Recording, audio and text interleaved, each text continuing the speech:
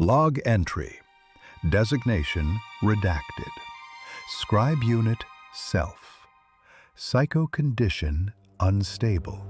System malfunction suspected. Commence log. The mission is complete. The target, Lord Militant Vaskaroth, lies cooling in his own amasec.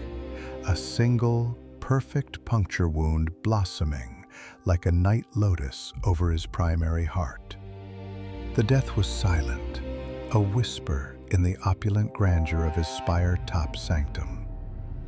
He looked at me with such surprise, not the face of a man facing an assassin, but that of one betrayed by a confidant. And why not? For the last 3 standard years, I have been Lady Arasbel Morn, his most trusted aide, his political shadow, his whispered counsel. I poured his drink, I arranged his schedules. I knew the names of his sanctioned mistresses and the precise cadence of his breath as he slept. His trust was my finest weapon, sharper than the Catan phase blade that finally slid between his ribs. I stand here now, looking out of the grand plasteel window. Below me, Hive Primason Scintilla is a cancer of light and shadow, a glittering terminal disease stretching to the horizon. The air up here is thin and sterile, recycled to perfection, a stark contrast to the soupy, promethium-laced smog that chokes the lower levels. The silence in the room is absolute, broken only by the faint hum of the spire's life support and the slow, methodical drip of Vaskaroth's lifeblood onto the priceless Elysian rug. A good kill, clean. By the metrics of the temple, it is a flawless execution.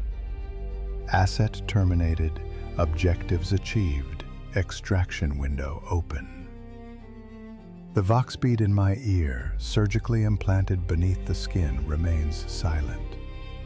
It will not activate until I am clear of the spire and have shed this skin. It is waiting for me, not for Lady Arasbel. I turn from the window and look at my reflection in a polished slab of obsidian that serves as a wall decoration.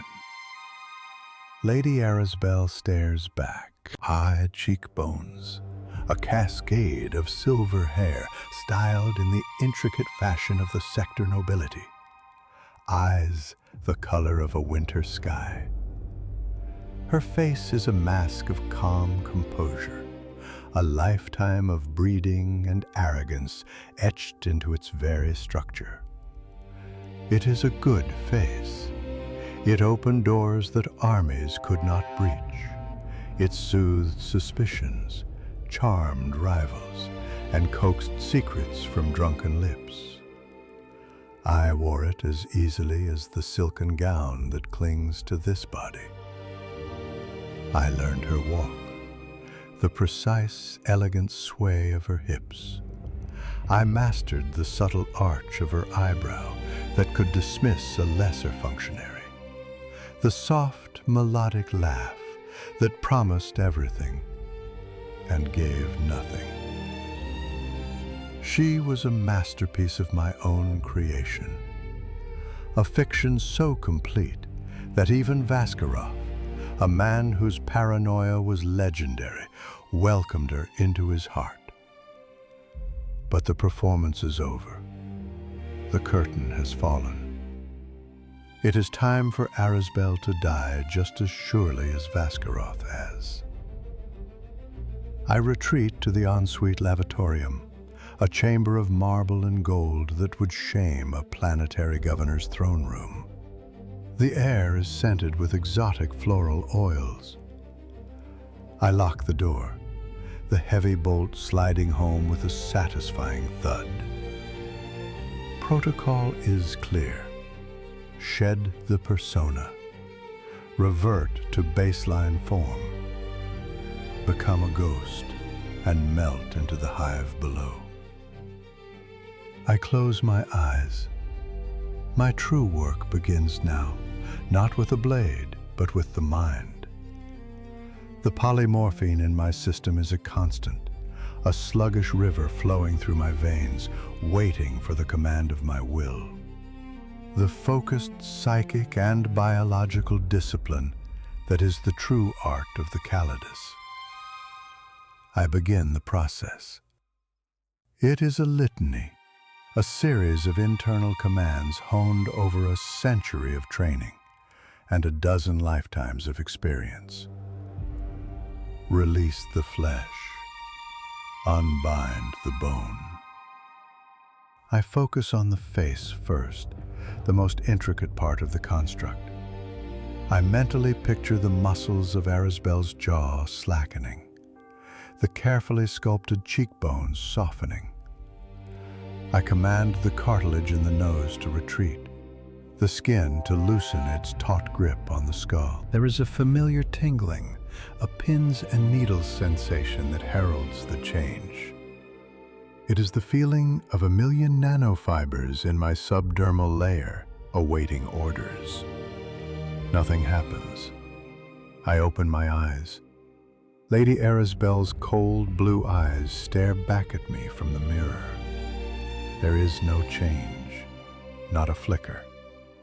A flicker of something cold, something that is not part of my training, touches my spine.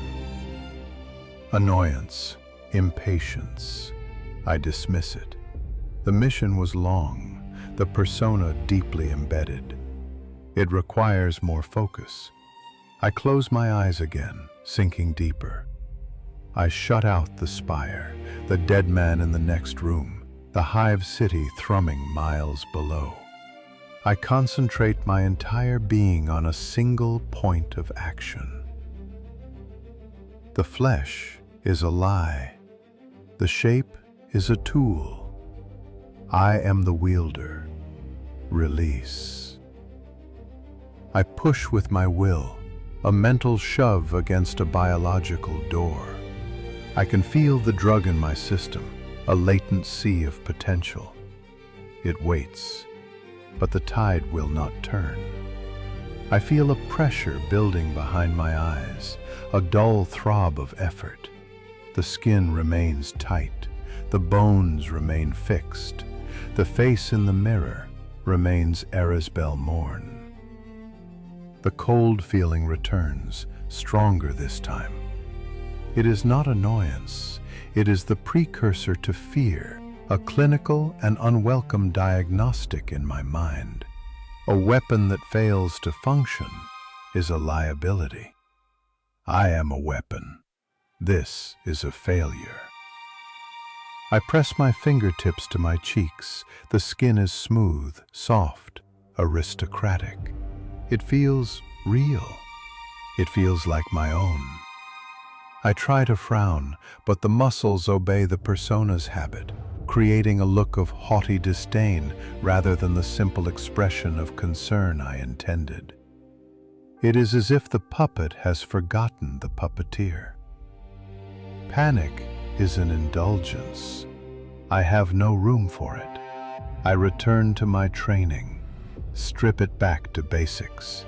I focus on a single, simple change. The hair. It is long and silver. My baseline form is optimized for anonymity. Short, dark hair, plain features, a body of average height and build. A face no one would remember. Retract the follicles. Reset the melanin.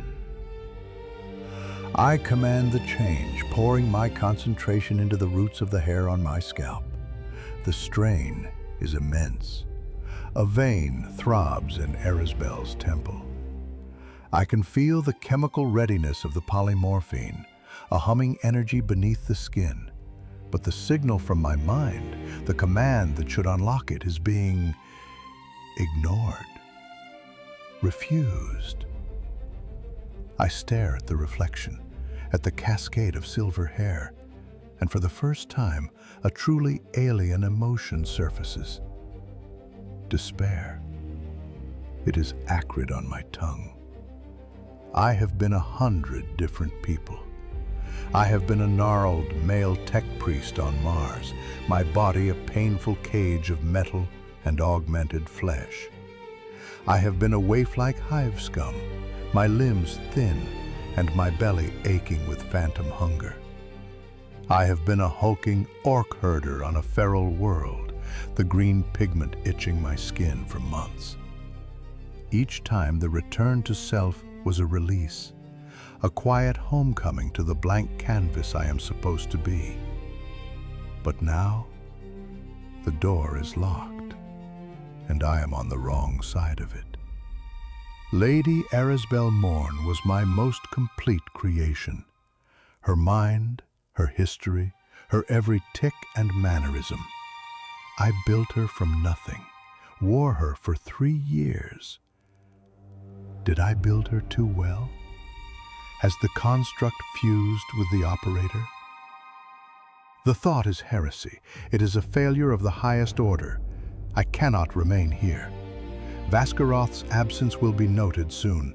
His guards will come. I must leave. But I cannot leave as Arasbel. Her face is now the most wanted in the sector. To walk out of this spire as her would be suicide. But I have no other face to wear. My hand trembles as I reach for the door, a fine tremor in the long, elegant fingers of a noble woman. My heart is beating a frantic, panicked rhythm against ribs that are not my own. The plan is shattered. The protocols are useless. I am trapped, adrift. I unlock the door and step back into the room with the dead man. The extraction window is closing. My silent vox is a condemnation. It waits for an operative who no longer exists, leaving only a murderer in a stolen body. My only choice is to descend, to flee into the one place a face like this does not belong. The one place where anonymity can be found not by being forgettable, but by being surrounded by 1 billion other souls. The Underhive. I must go down into the crushing, anonymous dark and pray to an emperor I have never believed in, that somewhere in the crushing press of humanity, I can remember how to kill Arasbel Morn before she kills me. The descent was a plunge into hell by degrees. I abandoned Vaskaroth's spire through a maintenance causeway, a route I had memorized from architectural schematics 3 years ago. The gilded cage of the nobility gave way to the functional chrome and steel of the spire's guts, a world of humming power conduits and the hiss of atmospheric processors. Here, Lady Arasbel's silken gown became a liability, snagging on exposed wiring and catching the greasy grime that coated every surface. Her poise, her elegant gait were useless on the vibrating catwalks and steep maintenance ladders. I forced the body onward, my Assassin's discipline a harsh rider on a thoroughbred horse unsuited for a battlefield. My every instinct screamed for silence, for stealth, for the fluid, shadow-like movements of my true form. But this body was not built for it. The hips were too wide, the limbs too long and unconditioned for this kind of brutal physicality. Each rung of the ladder was an effort, each narrow gap a clumsy negotiation. The persona of Arasbel fought me, her ingrained sense of decorum and physical delicacy, a phantom limb that ached with every ungainly movement. I could almost hear her voice, a silken whisper in my mind, complaining of the filth, the indignity. I crushed the thought. It was just a memory, an echo. I emerged onto a transit platform 100 levels below the spire tip, and the sensory assault was immediate and overwhelming. The sterile, scented air of the apex was a forgotten dream. Here, the air was a thick, soupy cocktail of humanity.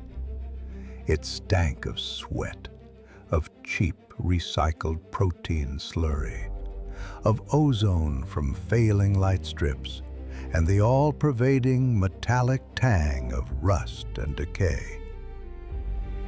The silence I had left behind was replaced by a cacophony that was a physical force, a wall of noise that pressed in from all sides. The roar of mag trains, the shouts of vendors, the crying of infants, the tinny, distorted praise of a street corner ecclesiarch bellowing through a cheap Vauxhaler. A billion lives packed one on top of the other, screaming their existence into the void. Lady Arasbel's senses, accustomed to quiet salons and the gentle strains of a string quartet, reeled. A wave of nausea, sharp and acidic, rose in my throat. I stumbled, catching myself against a bulkhead slick with indeterminate moisture. A hulking stevedore, his face a mass of scar tissue and tribal tattoos, shoved past me, his augmented shoulder catching mine. "Watch it, spire scum," he growled, the words a low-tech gargle. Arasbel's breeding screamed to retaliate, to deliver a scathing remark that would flay the skin from his bones, to have him flogged for his insolence. I felt my lips part, the precise, cutting words of a noblewoman forming on my tongue. Instead, I bit them back, tasting blood. I lowered my head, hiding the silver hair and the aristocratic face beneath the shadow of a ventilation duct, and pushed myself into the current of the crowd. A single, impossibly valuable pearl swept into a river of filth. I traded Arasbel's jewelry, a necklace of matched catamaran fire gems, to a black marketeer with eyes like chips of obsidian. He worked from a stall that stank of singed cybernetics and desperation, and his greed was so palpable it was practically a third person in our transaction. He gave me a tenth of its value in untraceable thrones, and a hooded, featureless synth leather coat that covered the gown. The exchange was fraught with peril. My hands, Arasbel's hands, trembled not with fear, but with a foreign, ingrained disgust at handling the greasy, worn currency. The coat felt coarse against my skin, an abhorrent texture after years of silk and samite. I found a room in a warren of hab units that clung like fungus to the underside of a grand processional causeway.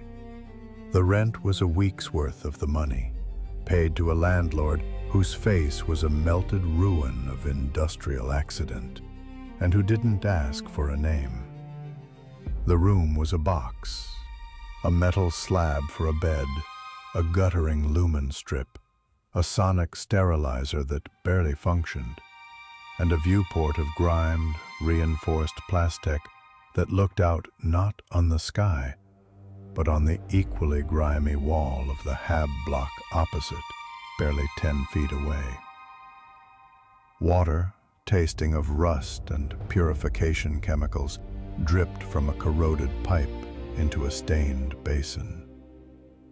This was my sanctuary, my prison. It was here, in the oppressive silence of the metal box, that the real unraveling began.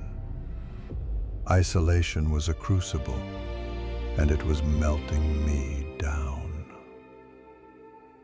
The first time it happened, I was staring at my reflection in a pool of murky water in the basin. Lady Arasbel's face stared back, her features stark in the dim light. And then, for a split second, The reflection shifted. The jaw thickened. The skin seemed to take on a greenish, waxy pallor, and a crude, jagged scar bloomed over the left eye. I recoiled, splashing water onto the floor. My heart hammered against Arisbel's ribs. I knew that face. I had worn that face. Corvask the Reaver, an orc herder I had impersonated on a feral death world. A brutal mission to assassinate a renegade free trader hiding amongst the greenskins. The memory was a decade old, a skin long since shed, but the image had been as clear as if he were standing there. A trick of the light, a symptom of stress. I dismissed it. Protocol demanded I dismiss it. But the echoes did not fade. They grew louder. I would sit in meditation, trying the Callidus release litanies again and again, pushing with my will against the stubborn flesh, and my internal monologue would be invaded. As I focused on the blankness, the null state from which I was forged, a different voice would intrude. The thought was not mine. It was cold, precise, utterly devoid of emotion. It was the voice of Magos explorator Telok, a bioheretic I had become to infiltrate a Mechanicus enclave on Ryza. I had spent 18 months as Telok, my body encased in a painful metal chassis, my thoughts forced into rigid, logical pathways. His thought patterns, his cognitive flavor, were surfacing in my mind like oil in water. I tried to shout it down in the privacy of my own skull, but it was like arguing with a machine. It simply stated its analysis of my condition, a cold, running commentary on my own damnation. The intrusions became more frequent, more powerful. One cycle, I awoke from a fitful sleep to find my right hand, Arisbel's slender, pale hand, clenched into a fist so tight the knuckles were white. It felt alien, a piece of granite grafted onto the end of my arm. It felt like Corvask's fist, a ham-sized bludgeon used to break orc jaws. I stared at it, a foreign object. I tried to unclench it, but the muscles refused, locked in a phantom rage. The desire to smash something, to break the thin wall of my cell, to feel the impact jar up my arm, was a physical craving. It was his rage, his simple, brutal worldview bleeding into me. Weak thing. His voice grumbled in my head, a bass rumble beneath Telok's precise whisper. Trapped in a soft body. Need meat. Need a proper fight. I had to use my left hand to pry the fingers of my right hand open, one by one, the struggle leaving me breathless and sweating. They were all there, a choir of the dead I had once been, trapped in my head with me. The gutter prophet Xylos, a charismatic demagogue from a hive-bottom death cult, would whisper to me in the darkest hours before the Hablock's lumen came on. His was the most insidious voice of all. Where Telok was analytical and Corvask was brutal, Xylos was seductive. He preyed on my despair. You see, he would murmur, his voice smooth as poisoned honey. You have no self. You were never anything but an empty vessel, a receptacle for better, stronger souls. Why fight it? Why not let one of us guide you? I can give you purpose. I can give you faith. You were lost, little ghost, and I can show you the way to true salvation in the eyes of the hungering gods." I would press my hands to my ears, but the voice wasn't outside. It was coiling through my own thoughts, twisting my own fears into weapons against me. I lost track of time. The cycles of the hive's artificial lighting blurred into a single monotonous gray. I barely ate, the thought of the cheap protein slurry turning my stomach. Erisbel's palate, accustomed to gourmet viands and rare vintages, rejected it. Korvask's appetites craved raw, bloody meat. Tellock's logic informed me that nutrient paste was the most efficient fuel for the body machine. The internal argument over a single meal was so exhausting that I often chose starvation instead. I was becoming a battleground. My movements became a horrifying puppet show. I would begin to walk across the room with Erisbel's graceful glide, only to falter as Korvask's heavy, lurching gait took over for a step or two. I once caught myself tracing complex circuitry diagrams in the dust on the floor with one finger, a habit of Magos Tellock's, before snatching my hand back as if burned. I found myself whispering a line from one of Xylos's blasphemous hymns, the words tasting like ash in my mouth. The mirror became my enemy. I smashed the small, polished metal sheet that hung over the basin after seeing my face contort into Xylos's ecstatic, beatific smile, an expression of rapturous faith that was utterly terrifying on Erisbel's aristocratic features. I could not bear to see them looking back at me. I was not me. I was not Erisbel. I was a crowd, a walking, breathing vessel of ghosts, and the ship was sinking. The breaking point came during a scheduled power down, when the hive plunged into a few hours of true, oppressive darkness and silence. The absence of external stimuli turned my mind into an amphitheater for the damned. They came at me all at once. Korvask's rage, Tellock's cold despair at the failing machine, Xylos's promises of godhood and damnation.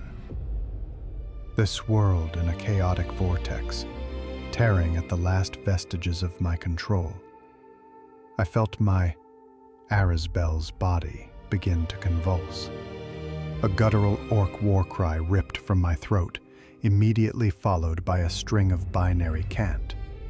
My limbs thrashed, caught between the impulses of a dozen different neuromuscular memory sets. I was a marionette, whose strings were being pulled by a host of mad puppeteers. This was it. The end. The weapon was not just broken. It was turning on itself. I would be found in this room, a gibbering, schizophrenic wreck, a noblewoman's body babbling in the tongues of tech heretics and feral brutes. A disgrace to the temple, a failure beyond measure. But in the heart of that storm, a new feeling sparked. Not fear, not despair. It was the cold, hard diamond of the assassin's will. The core of my being, the part of me forged in the Schola Progenium and honed to a razor's edge by the Callidus temple. The part that existed before all the faces and all the names. It was the survival instinct of a predator. These were not ghosts. They were not souls. They were data. Corrupted engrams, echoes in the machine that were causing a system crash.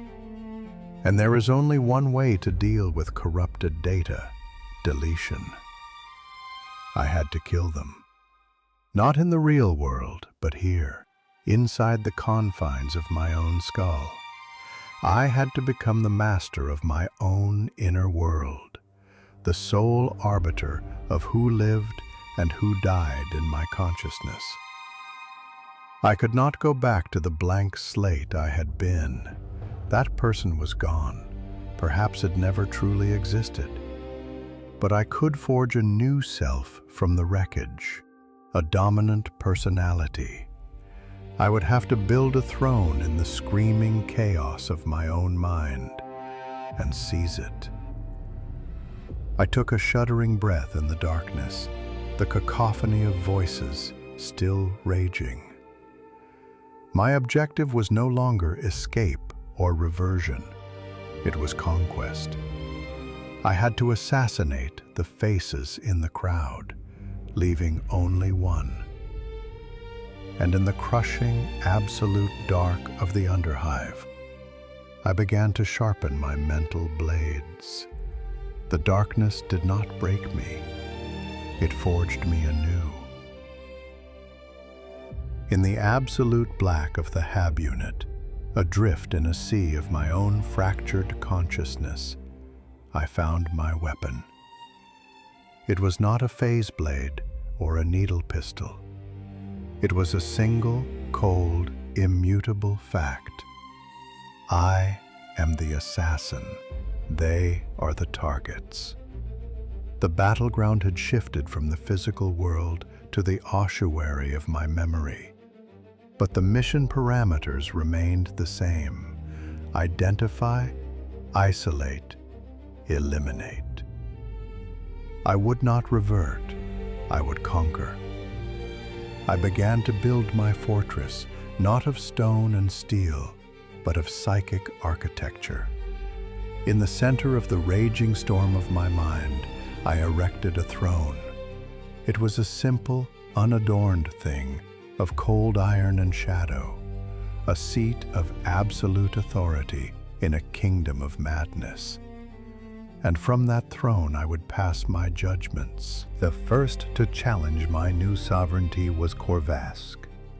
He manifested not as a voice, but as a tectonic pressure, a wave of pure, primal rage that sought to shatter my focus. In my mind's eye, I saw him, a hulking brute of a man, clad in foul-smelling hides. The crude scar I had once worn stretched across a face contorted in a permanent snarl. He beat his fists against the walls of my consciousness, screaming for release, for the visceral thrill of violence. He wanted me to fight him, to meet his fury with my own. That was his battlefield, his area of expertise. To engage him on his terms was to lose. My training whispered the truth of every kill. Know your target's weakness. Callidus's weakness was not his body, but the simple, burning furnace of his mind. He ran on a single fuel, rage. So I denied him. I retreated to my iron throne, wrapped myself in a stillness so profound it was a physical presence. I met his roars with silence. I let his psychic blows crash against my will, which I had made as smooth and unyielding as polished obsidian. He raged, he bellowed, he promised the sweet release of a bloodied fist and a broken bone. I offered him nothing. No fear, no anger, no response at all. He was a fire, and I was a vacuum. Slowly, agonizingly, the flames began to flicker. Starved of the emotional fuel he craved, his form began to thin, his roars weakening to a frustrated growl. I watched, dispassionate, as the great beast of rage starved to death in the cold emptiness of my will.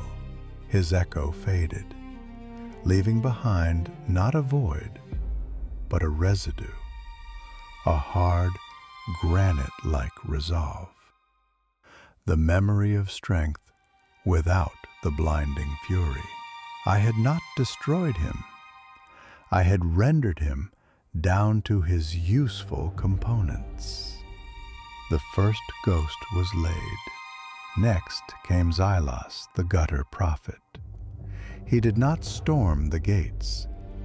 He seeped through the cracks like smoke.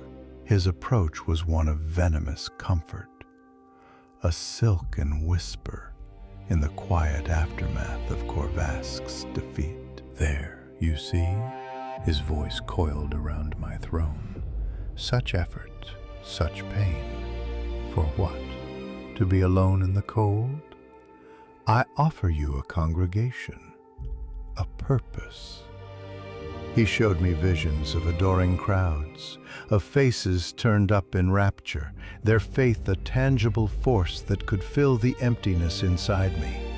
He offered me a name, a god, a reason to exist beyond the kill orders of distant masters. It was the most potent temptation he could have conjured. For what is an assassin but a being hollowed out to make room for others? He offered to fill that void permanently. But again, the assassin's discipline was my shield. A predator must understand belief, must be able to wear it like a cloak, but never, ever succumb to it. Faith is a chain, and I was forged to be free. I focused on the faces in his phantom crowds. I analyzed their desperation, their hunger for easy answers, the vacuous look in their eyes. They were slaves, surrendering their will for the promise of comfort. You offer slavery dressed as salvation, I thought, my voice ringing with the authority of my iron throne. You promise a full cup, but the drink is poison. I stood from my throne and faced his shimmering, charismatic eidolon. I held up my empty hands. I am an empty vessel, I projected, not with despair, but with pride. And I choose this freedom over your gilded cage. My rejection was absolute, a final, definitive act of self-will. Xylos's power was in seduction, and a target that cannot be seduced cannot be swayed. His form wavered, the sweet honey of his voice turning to the hiss of a thwarted serpent. He dissolved into whispers and shadows, leaving behind a keen understanding of manipulation and the nature of false hope. Another tool, stripped from a dead persona and added to my arsenal. Only Magos Telok remained, the most difficult of the three. He did not rage or seduce. He was already seated in a corner of my mindscape, calmly observing, running diagnostics on my sanity. His thoughts clicked and whirred, precise and cold. He presented me with the cold, irrefutable logic of my own despair. He argued that my struggle was pointless, a mere twitch in dying flesh. He was not an enemy to be fought, but a conclusion to be accepted. How could I defeat logic itself? I realized then that I could not. I had to subsume him. I had to prove the logic was incomplete. Your analysis is flawed, I sent to him, my thought a clean, sharp signal. You see the flaws in the flesh, but you cannot see its strength. This machine can heal, it can adapt, it can will itself to survive. This is a variable you cannot compute. I descended from my throne and stood before his construct of chrome and wire. I did not try to banish him. Instead, I opened my mind to him. I let him see the raw, stubborn, illogical determination that had seen me through 100 missions. the sheer bloody-minded refusal to die that was the heart of my assassin's spirit. I showed him the will that had starved rage and rejected faith. He pulsed, a flicker of something like surprise in his data stream. "There is nothing to evaluate," I told him, reaching out and placing a phantom hand on his metal shoulder. "Just to integrate." His form dissolved, not in defeat, but in acceptance. His cold, analytical stream flowed into me, becoming a part of my own thoughts. The despair was gone, but the clarity, the logic, the ability to see the world as a system of inputs and outcomes, that remained. It was mine now. The throne room of my mind was silent. The ghosts were gone, their strengths plundered, their weaknesses purged.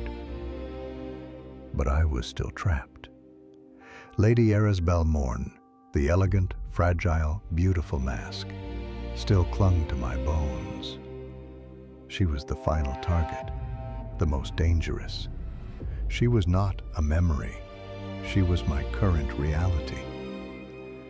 I opened my eyes in the physical world. My hand found a shard of the shattered mirror. In the faint light filtering from the corridor, I saw her face, pale, perfect, aristocratic. Her blue eyes, wide with a phantom terror that was hers, not mine, stared back at me. She was weak. Her disgust at the filth, her fragility, her ingrained horror of this place. This was my prison. I had to kill her with a final, brutal act of rejection. I had to desecrate her temple. With Tellock's cold precision, I analyzed the problem. The polymorphine was not responding to my will, because my will was still subconsciously trying to preserve the integrity of the host body. I had to prove, on a biological level, that the host was no longer viable. I had to shatter the vessel. I took the jagged edge of the mirror shard and began to saw at the cascade of silver hair, hacking it off in ragged, ugly chunks that fell to the grimy floor. Arasbel's mind screamed in silent, horrified protest. I ignored her.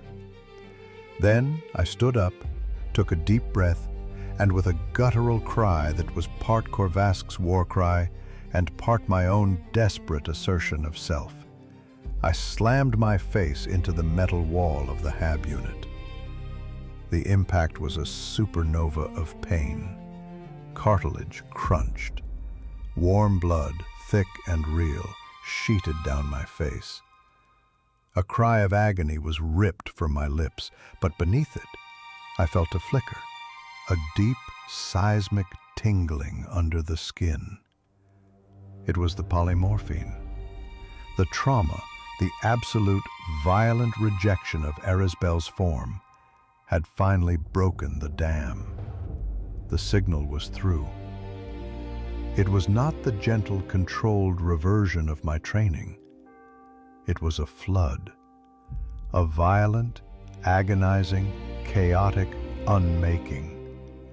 My bones shifted, grinding against each other. My muscles spasmed, contracting and expanding. The skin felt like it was boiling, melting off my skull. I collapsed to the floor, convulsing, every cell in my body screaming as it was torn apart and remade. I was not directing it. I was merely enduring it. My new unified will, the only anchor in a hurricane of biological change. I do not know how long I lay there. When I finally found the strength to push myself up, my body felt raw, alien. I staggered to the basin, splashing the rusty water onto my face, washing away the blood. I braced myself and looked into the largest remaining piece of the broken mirror. It was not the blank, forgettable face of my baseline form that stared back. The Emperor alone knew what that even looked like anymore. No, the face looking back was mine. Truly mine, for the first time. The bone structure was plain, unremarkable, but the skin was a roadmap of my journey. The eyes held Tellock's cold, analytical light. The line of the jaw was hard, stubborn, a faint echo of Korvask's brutal resolve. Around my lips there was a shadow of Xylos's manipulative charisma. And across the bridge of my nose, a fresh, ugly bruise was already forming. The mark of the death of Lady Arasbel Morn. I was no longer a blank slate. I was a palimpsest, a story written over stories. I was not one, but many, unified under a single ruthless will. I was stronger. A faint crackle of static in my ear cut through the silence. After 3 years of dormancy, the subdermal vox had come to life. A clipped, familiar voice, devoid of warmth, spoke a single code word: Tempus. The time for extraction had long passed. They were not retrieving an operative. They were hunting a rogue asset. I was supposed to respond with my own designation, the one I was given in the Schola. But that name belonged to a ghost even I could no longer remember. I touched my new face, the face of a survivor, the face of a conqueror. I opened my mouth, and a voice I barely recognized, a voice layered with the echoes of all I had been, spoke into the void. Designate Chimera, and I am extracting myself.